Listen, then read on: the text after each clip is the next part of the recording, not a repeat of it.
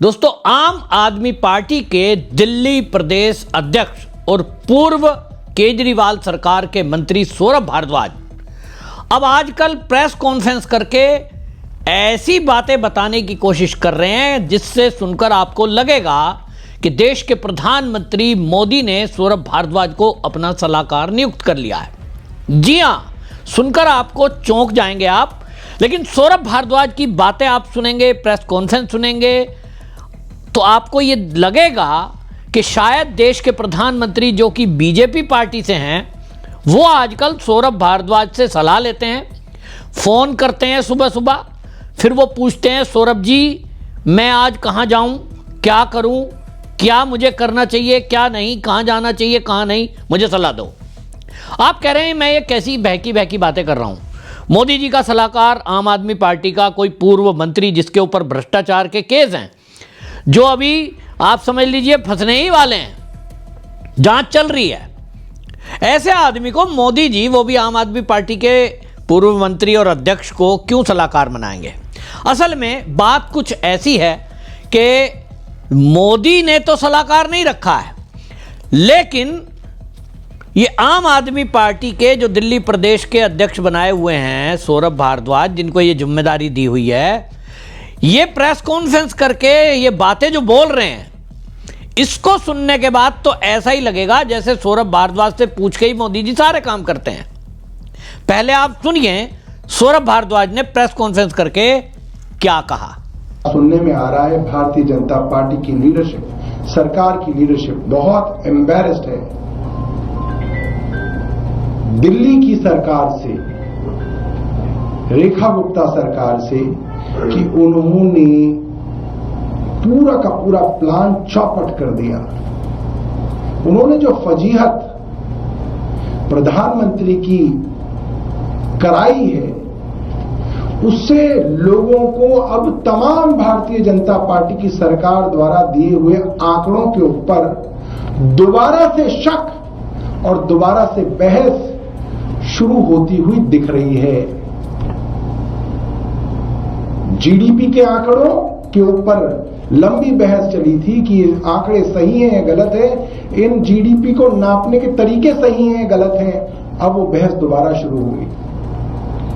बेरोजगारी के आंकड़ों के ऊपर भी बहस दोबारा शुरू हो गई कि ये जो सरकार आंकड़े बताती है उसमें तो सब कुछ ठीक लगता है, हमारे शर्मा जी का लड़का भी बेरोजगार बैठा है, उधर गुप्ता जी का लड़का भी बेरोजगार बैठा है, उधर वर्मा जी की लड़की भी बेरोजगार बैठी है, और सरकार कह रही है कि रोजगार बहुत बढ़ रहा है। तो बेरोजगारी के आंकड़ों पर भी अब बड़ा सवालिया निशान आ गया। जो साहब खूब बम पटाखे चलवाए गए, ग्रीन क्रैकर्स की जगह साधारण क्रैकर्स इलीगल तौर पे पुलिस ने बिकवाए और चलवाए, साफ खुल्लम खुल्ला सुप्रीम कोर्ट के डायरेक्शंस का वायलेशन किया गया। और अगले दिन सरकार किया फर्जीवाड़ा देखिए कि AQI मॉनिटर सारी रात के लिए बंद करा दिए गए। पूरी दिवाली की रात AQI मॉनिटर्स बंद रहे ताकि सरकार अपने झूठ को स्थापित कर सके कि साहब देखिए प्रदूषण हुआ नहीं, पटाखे तो चले मगर प्रदूषण नहीं हुआ। और उसके बाद जब AQI मॉनिटर पब्लिक के दबाव में खोलने पड़े तो हम लोगों ने दिखाया कि 24 घंटे पोल्यूशन मॉनिटरिंग स्टेशंस के ऊपर पानी का छिड़काव हो रहा है। पता नहीं कितने किलोलीटर तो डीजल बर्बाद कर दिया इन्होंने उन ट्रकों के अंदर जो उन पोल्यूशन मॉनिटरिंग स्टेशंस की परिक्रमा ले रहे हैं। दिन रात परिक्रमा हो रही है उसके ऊपर स्मॉग मशीन लगा रखी है। AQI के आंकड़े तक इनके झूठे हैं। गुजरात के चुनाव से पहले प्रधानमंत्री एक स्कूल में गए, प्रधानमंत्री गए, वो स्कूल झूठा है, वो क्लासरूम नकली है, उसकी खिड़की पेंट से बना रखी है। वो पूरा इस देश ने देखा। अभी कुछ दिनों पहले प्रधानमंत्री एक दर्जी के घर गए हैं, बताया जा रहा उसकी झोपड़ी भी नकली है। ये झोपड़ी नकली है। नई दरी, नई मशीन, जो महिला स्विंग मशीन पे बैठी है उसके गले में ID कार्ड। क्या नौटंकी है। सुना आपने, सौरभ भारद्वाज ये कह रहे हैं कि दिल्ली की जो मुख्यमंत्री हैं रेखा गुप्ता, वो कहते हैं बीजेपी की टॉप लीडरशिप दिल्ली की रेखा गुप्ता सरकार से बेहद इम्प्रेस्ड है, एम्ब्रेस्ड हो रही है, क्योंकि रेखा गुप्ता सरकार ने पूरा प्लान चौपट कर दिया, प्रधानमंत्री की फजीहत करा दी। बीजेपी सरकार द्वारा बताए जाने पर प्रदूषण और बेरोजगारी जैसे आंकड़े, अब दोबारा इस पर बहस शुरू हो गई है। नरेंद्र मोदी कुछ दिन पहले एक महिला से मिले, वहां नकली झोपड़ी बनाई गई और गुजरात विधानसभा चुनाव के दौरान ऐसे ही नकली क्लासरूम बना दिया था।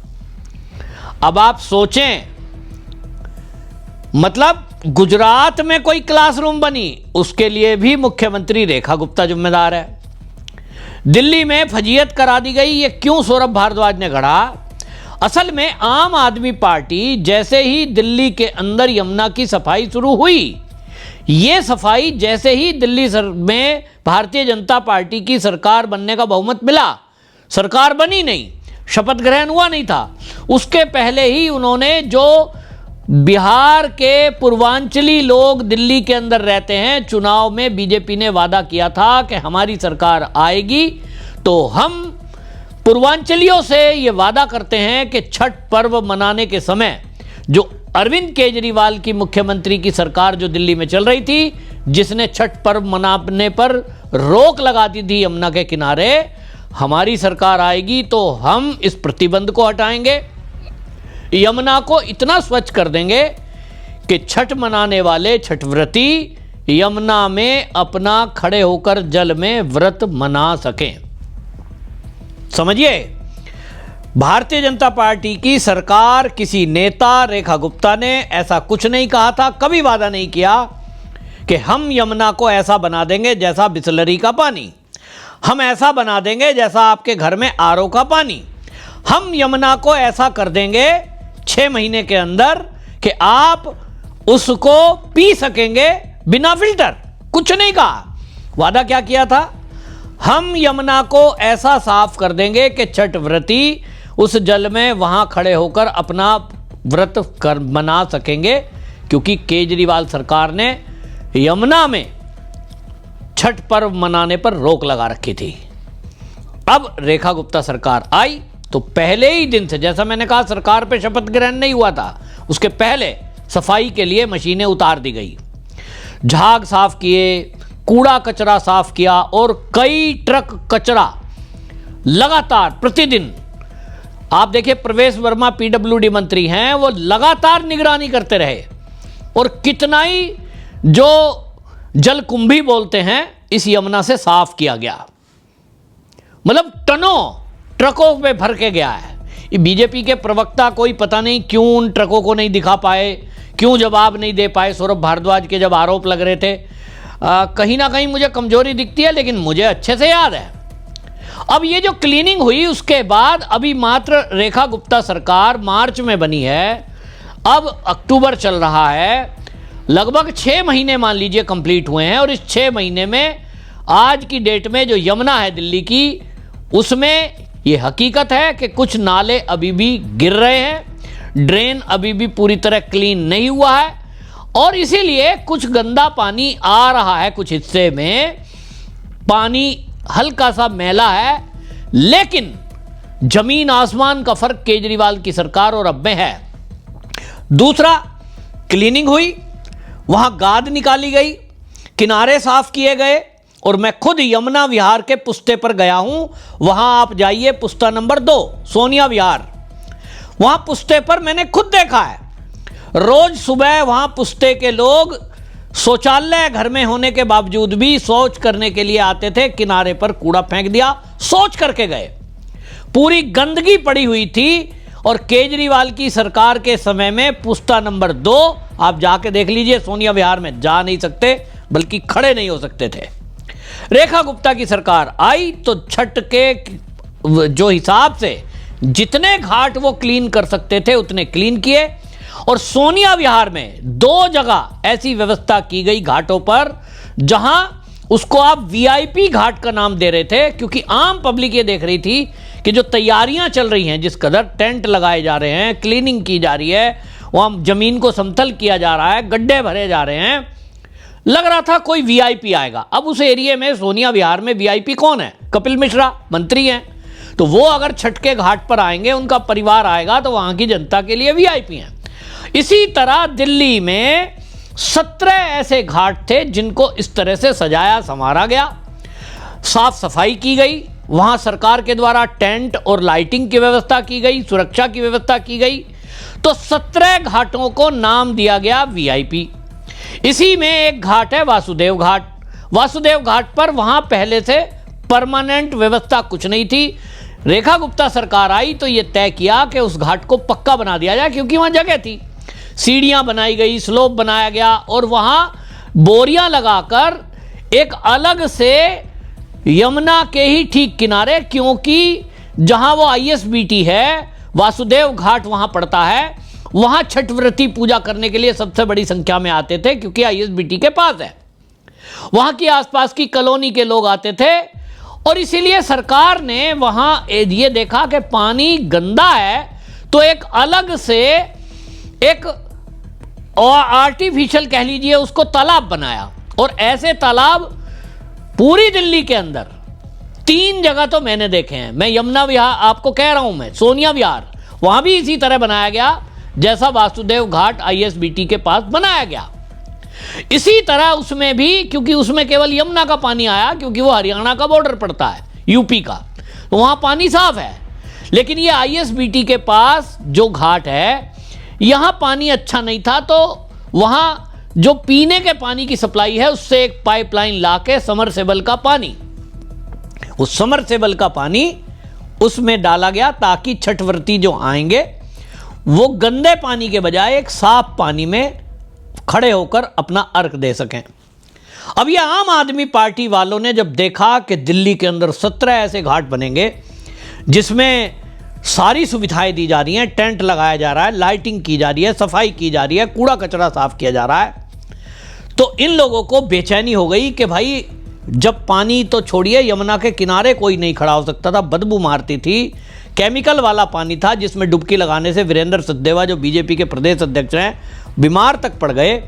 और यहां ये तैयारी चल रही है कि अब लाखों लोग छठ में आएंगे और व्रत पूरा करेंगे और डुबकी भी लगाएंगे।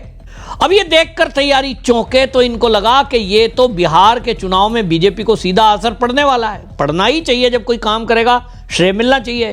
तो ये बौखलाए, और बौखलाहट में इन्होंने क्या क्या झूठ फैलाने का प्रपंच शुरू नहीं किया। मैं यहां कई चैनलों के नाम नहीं लूंगा, लेकिन आप क्लिप देखिए। ऐसे कई यूट्यूब चैनलों को, ऐसे पत्रकारों को इन्होंने एक्टिव किया कि झूठ फैलाओ। तो एक झूठ फैला दिया कि मोदी जी यहां जो वासुदेव घाट है, इस पर छठ के दिन पूजा करने आएंगे। मेरा एक सवाल है, सौरभ भारद्वाज जी, आपने जो ये बोला मोदी जी आने वाले हैं, मोदी जी इस घाट पर आएंगे, इसलिए साफ पानी डाला गया है, इसलिए देखिए यमुना से अलग एक नकली यमुना बनाई गई है, उसको नकली यमुना नाम दे दिया। मेरा यह सवाल है जो मैंने शुरू में कहा, क्या मोदी जी ने सौरभ भारद्वाज को अपना सलाहकार रखा है? मोदी जी के जो कार्यालय से जितने कार्य तय होते हैं और मोदी जी का जो भी मन में चल रहा है, वो क्या सौरभ भारद्वाज से सलाह करके काम करते हैं? सौरभ भारद्वाज ने किस बेस पर प्रेस कॉन्फ्रेंस करके ये कहा प्रधानमंत्री मोदी हैं, वो रेखा गुप्ता से नाराज हैं क्योंकि उन्होंने ये व्यवस्था ठीक नहीं करी? किसने बताया आपको? मोदी जी ने या रेखा गुप्ता ने? क्योंकि 2 आदमी के अलावा तीसरे को तो पता ही नहीं हो सकता कि मोदी जी के मन में क्या है। मोदी जी रेखा से नाराज हैं कि खुश हैं? दूसरा, आपने कहा नकली यमुना। भाई नकली यमुना नहीं है। दिल्ली के अंदर इस तरह से मैंने जैसे कहा 17 घाट तैयार हुए, जिसमें मैं आपको बता रहा हूं स्पेशली कि आप सोनिया विहार पुश्ते पर जाइए, जो यूपी बॉर्डर से लगता हुआ पुश्ता है, वहां पर इसी तरह का एक आर्टिफिशियल यमुना, जिसको आप कह सकते हैं, एक ऐसा पिट बनाया गया जिसमें यमुना का ही पानी आ रहा है, क्योंकि वहां पीने के पानी वाली समरसेबल की व्यवस्था नहीं है। वासुदेव घाट पर पीने वाले पानी की पाइपलाइन जा रही है समरसेबल की, इसलिए वहां से कनेक्ट करके वहां का साफ पानी डाल दिया। आप झूठ फैला रहे हो कि एक नकली यमुना बनाई गई, मोदी जी के आने के लिए थी, वीआईपी के आने के लिए थी। भैया वीआईपी जहां वहां का लोकल एमएलए है, और उसको जो वासुदेव घाट की बात कर रहे हो, वहां खुद सीएम का आने की बात थी, इसलिए वहां पुल के ऊपर ग्रीन पर्दा लगाया गया सुरक्षा की दृष्टि से। एसपीजी वालों ने कहा जो उनको सुरक्षा मिली हुई है उसके कारण कहा कि यहाँ से कोई हमला ना कर दे। आजकल उनके ऊपर जब से हमला हुआ उसके बाद से उनकी सुरक्षा बढ़ाई गई, मुख्यमंत्री हैं एक प्रदेश की, कि ताकि कोई यहाँ से गोली ना चला सके, और इसलिए उसको पर्दे से ढका गया। वहाँ जाने की एंट्री इसीलिए नहीं थी वहाँ वासुदेव घाट पर, क्योंकि वहाँ सुरक्षा की दृष्टि से एक मुख्यमंत्री आना है तो कोई असामाजिक तत्व ना आ जाए। लेकिन आपने फैलाया मोदी जी आने वाले हैं। वहाँ केवल मिनिस्ट्री के कुछ लोग जाने थे, जिसमें कि प्रवेश वर्मा हैं और बाकी कपिल मिश्रा है, ये मंत्रालय के लोग हैं, लेकिन इन्होंने झूठ फैलाया। और ये झूठ आप सोचिए किस कदर फैलाते हैं कि सौरभ भारद्वाज ने बाकायदा प्रेस कॉन्फ्रेंस की, बीबीसी ने झूठ फैलाया, द वायर ने झूठ फैलाया, और इसका जवाब फिर रेखा गुप्ता ने दिया कि वो खुद जाकर महिलाओं के बीच खड़ी हुई। पूरे बिहार के लोग पूर्वांचली रेखा गुप्ता के काम से खुश हैं। लोग गदगद हो रहे हैं कि इतनी क्लीनिंग हुई कि हमारे साथ छठ खुद मनाया रेखा गुप्ता ने। भारतीय जनता पार्टी के प्रवक्ता हैं शिवम त्यागी, उन्होंने बाकायदा इसका जवाब देते हुए 2 ऐसे वीडियो पोस्ट किए जहां वो आम आदमी पार्टी का फेवर करते हुए झूठ फैलाने की कोशिश पत्रकार कर रहे थे। जनता ने उनको करारा जवाब दिया है। तो सवाल यह है कि जब दिल्ली के पूर्वांचली जो छठ पर्व मनाने वाले थे सारे खुश हैं कि यमुना बहुत साफ हो गई है, हमें ऐसे घाट क्लीनिंग करके दिए गए हैं जिसमें हम अब पूरा पर्व मना सके, तो आम आदमी पार्टी वाले झूठ क्यों फैला रहे हैं? आपको क्या लगता है? अपने राय कमेंट में जरूर लिखें। वीडियो को शेयर जरूर करें ताकि आम आदमी पार्टी का झूठ एक्सपोज हो सके। वंदे मातरम।